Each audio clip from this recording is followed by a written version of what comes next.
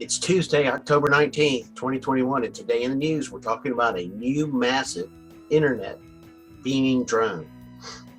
It's trying to succeed where all others have failed.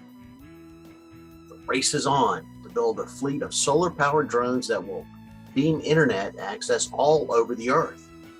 But both Google and Facebook have now pulled out of their plans of putting one into the sky. IEEE Spectrum is partnering with NASA to bring the project closer to reality. They have a drone called the Hawk 30. It's a massive 10-engine drone that can fly for months on end. It's really the product of a Japanese tech giant, SoftBank, and a U.S. manufacturer, AeroVironment. It's a $65 million partnership between the two companies.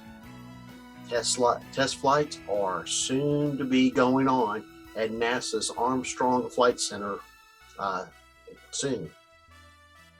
The Hawk 30 looks like a wide-bodied cousin of the Helios. Now, the Helios crashed in 2003, but it was performing high-altitude tests, and it actually reached a height of 93,000 feet.